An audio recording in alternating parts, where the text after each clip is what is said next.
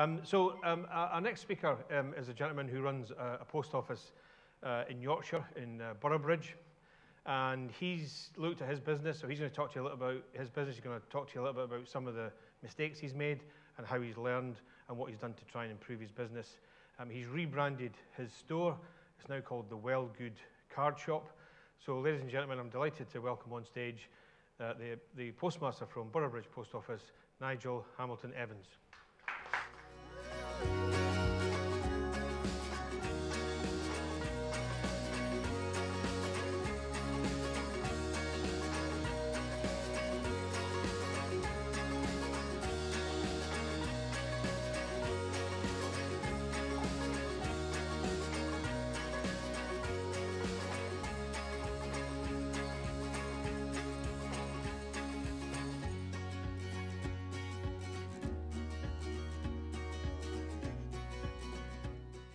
Thank you, Andy. I don't know whether to say activated my speech.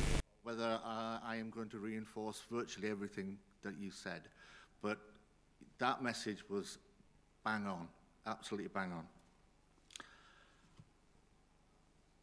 One of the things I wanted to say is how important retail is now. For many years, the post office were saying that we needed to get our retail right. Something I hated. I always thought, why should the retail subsidize our post office? Well, guys, now's the time. It's dire. Unless you get your retail right, you won't survive. We've got to really focus on the retail side of things. So, right, I'm Nigel Hamilton-Evans, and with my lovely wife, we've had Boroughbridge Post Office for 19 years. When we bought the post office, it was a very busy pension and car tax office. Do you remember those days? It was a post office with a few cards. After a few years, it was a post office with a card shop. A few years later, it was a post office with a very good card shop. Now, we are an award-winning destination card shop, and that's taken quite a while. But over the time, I've made a lot of mistakes. And I'd like to share some of those thoughts with you, because it might give you food for thought as to what you're doing in your office, what you're doing in your retail, and maybe not fall into the traps or the mistakes that I made.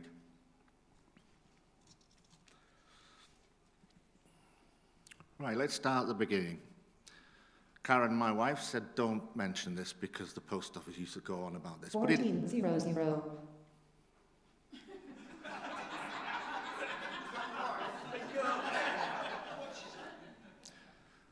I don't know, what did she say? Anyway. It's not that bad, is it? Okay, Karen says that, no, the post office has been going on about this for ages. But it is important. Your shop window, it's exactly what it is. Your shop window. What does it say about what you sell inside? How can you attract people in if your shop window isn't inspiring?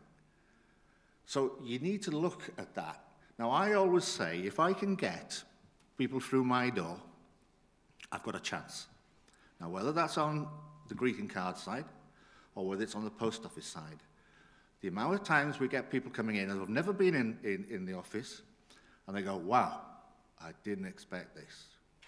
So I've got them in there, I've got a chance. So your shop window, that's important.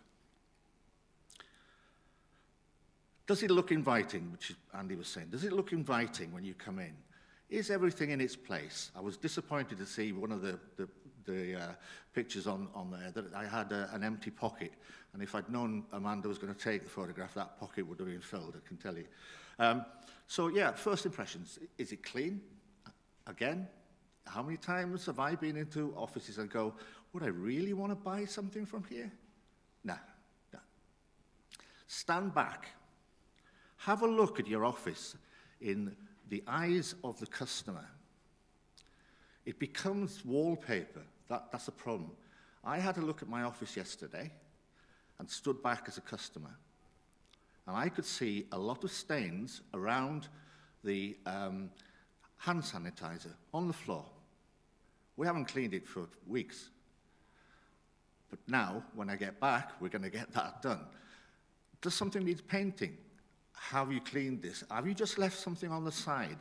It's all things that you don't pick up on, but your customer may. Lighting, signage. I was very impressed with some of the stuff Andy had on there. The displays were clean, absolutely concise. The lighting was spot on.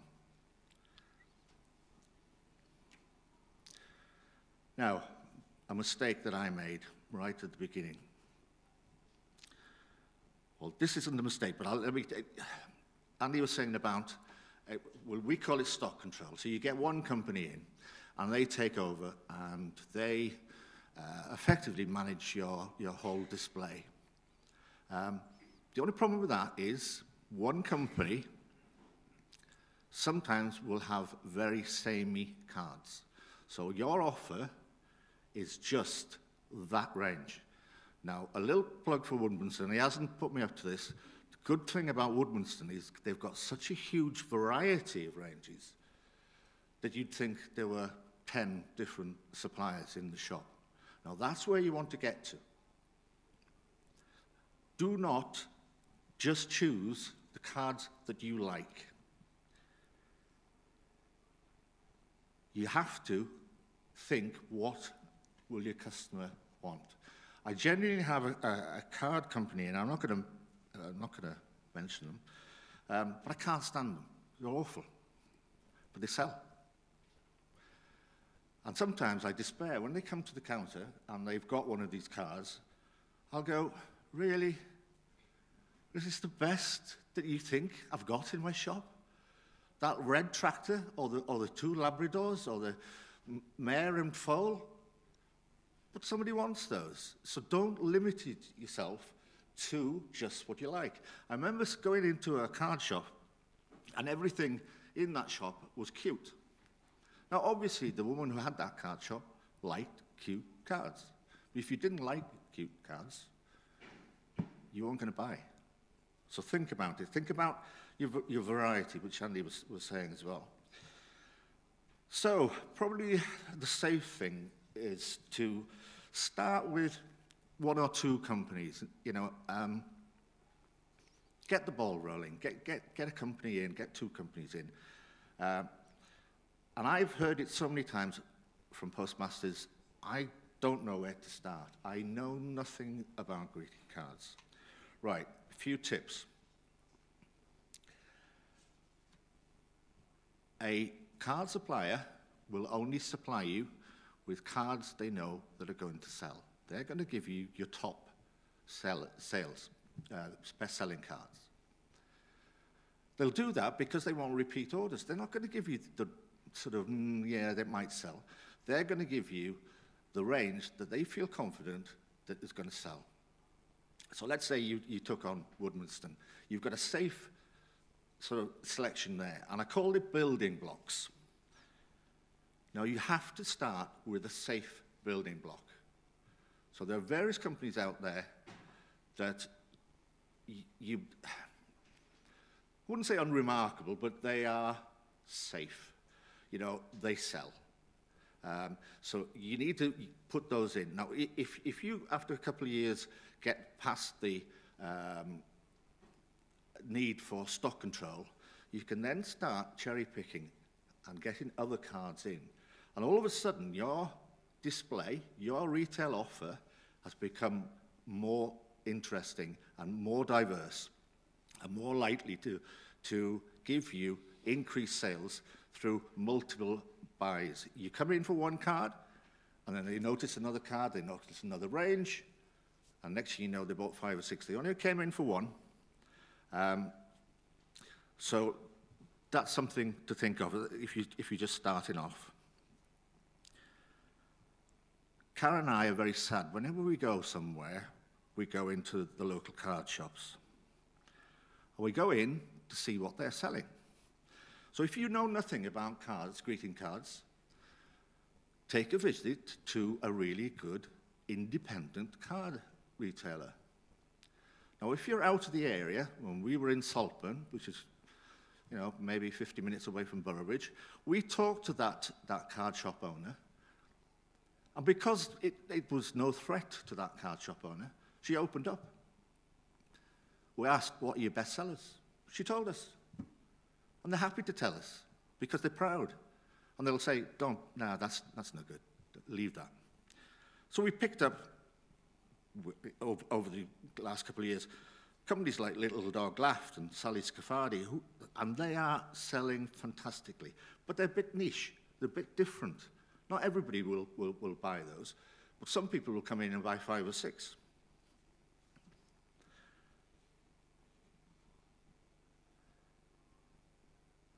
Right, mistake. Buying a range of cards that you think will sell, but they don't. So what do? Well, it's only my opinion, and I'm not here to preach, and I certainly don't want to patronize anybody. Everybody's got a different slant on this. I would take them off. I would just say, I've made a mistake, get rid of them. Don't sell them off cheap. Now, somebody said to me, well, I'm going to lose money. Right, okay. You've paid £1 each for the cards, and the one lot of cards aren't selling. So you say, right, I'm selling all these cards for £3. I'll reduce the cards that aren't selling to £1.50. Now, you get a card sale, you get your £1 back, and you make 50p. If you sell another card at £3, you get your £1 back for the card you've thrown away, you get the £1 back for the card you sold, and you make £1. So it doesn't make sense, really, because that's all you're doing. And the other thing is, even if you reduce them, if they were that poor and weren't selling, even reducing them isn't necessarily going to make any sense at all. Have clearly defined areas, and again, from the video that was shown by Andy, clear, right, his birthday, her birthday, humour, photographic, etc., etc., etc., sympathy, you can go on. People need to know where those cards are. If they come in and they go, well, I'm not searching for Get Well, because he's got loads of cards, but I don't know. So think about that as well. So think about making sure that the customer knows where the card they're looking for is. Right, another mistake. I decided that I was going to buy a load of handmade cards. I thought that was the way forward. I thought, yeah, I'll get some really nice handmade cards. Now, there is a market for handmade cards, don't get me wrong. But I filled a lot of my shop with handmade cards. Now, what was happening is people were coming in, picking up that handmade card, looking at it, turning it over, and going £4.50, turning it back, putting it in. And their parting shot, as they went out, said, you've got a lovely card shop, but they hadn't bought anything. So, yeah, I might have got a nice card shop, but you haven't found what you're looking for. Another mistake, I over-cluttered the shop. Now, as you get more experience in buying cards, you should, unless you've made the mistake of buying the wrong range like I have done on numerous occasions, you should have the cards at the top are as good as the cards at the bottom. Now, if you can't see the cards at the bottom because you've got a spinner behind you, they won't sell. But is there anything wrong with those cards? No. They're just as good as the cards at the top. So what you need to do is either declutter or rotate. So you bring the ones from the bottom to the top, and people will say, oh, you've got a new range in. No, I haven't. It's the range from the bottom that's now at the top. But it also then gives you an even sell on that range. Otherwise, you'll be left with only a range of 6 that are at the bottom, but you want to try and get a lot of those down to 1s and 2s. Then decide whether you're going to reorder that range or you're going to replace it. If you replace it, then it freshens it up and people are enthused and interested. And you take those cards off that you've got there and they become fillers.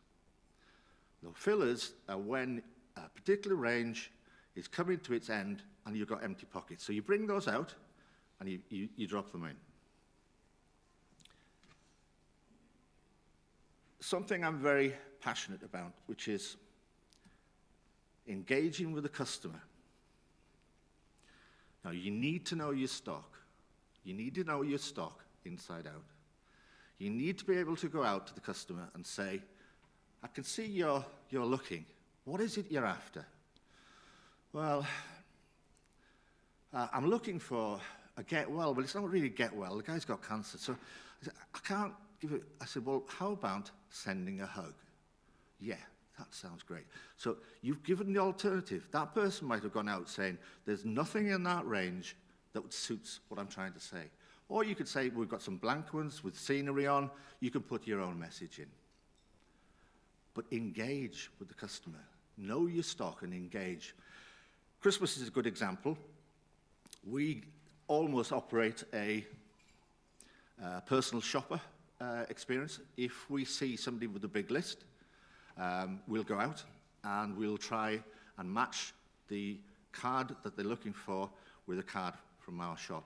And we're very fortunate because over the years we've built up quite a big stock.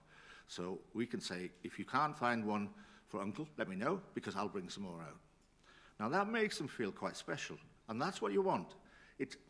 I always think it can be like entertainment. If you can make that customer feel that they are the most important customer in your shop, they will love it. And if you're enthusiastic about it and you have a passion, that rubs off. Now, that personal shopper thing is where we got the Well Good card shop from. A mother and son came in, and she had a list. And I went out, and we managed to fill the whole list. And when they came to the counter, the little lad said, Mum, this is a Well Good card shop. And that stuck, so I rebranded then the Well Good card shop. She also said, this is the biggest small card shop I've ever been in.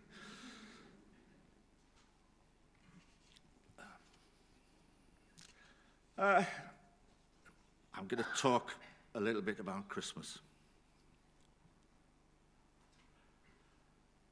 When do you put your cards out? Now, Andy alluded to this. When do you put your Christmas cards out? Well, when?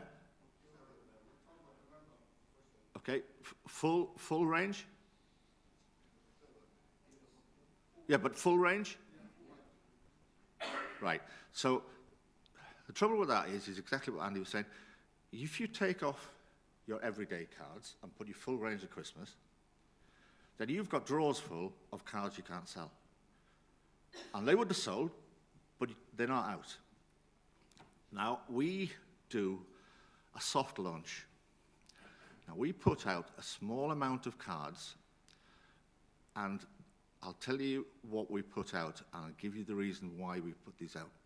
We put son, daughter, grandson, granddaughter, family, across the miles, that kind of thing.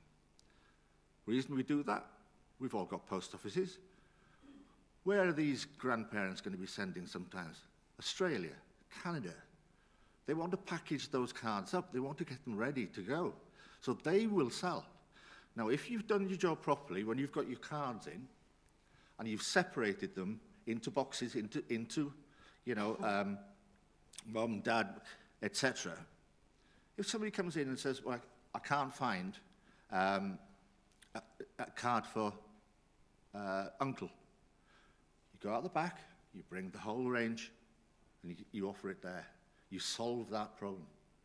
And then generally then, gradually as you get closer to Christmas, as the sales go up, you increase the range. Now, let me tell you something. Something I noticed quite a few years ago. The big boys, as I call them, the supermarkets. The supermarkets will not give up shop space unless they're selling. So if Morrison's get their Christmas cards out, you better bottom dollar they're selling. They wouldn't put them out unless they were selling. So That's my go-to. When the supermarkets start selling, that's when I think I need to do something about it. That is about it. I could go on for quite a long time. More than happy, and this is just my opinion, so don't feel that, you know, this is the be-all and end-all. What I would say is exactly what Andy was saying. If this triggers a little thing in your mind, and you build on it, it might not be what I've said, but it might be something that you could take forward. So hopefully that's been informative, and thank you for listening.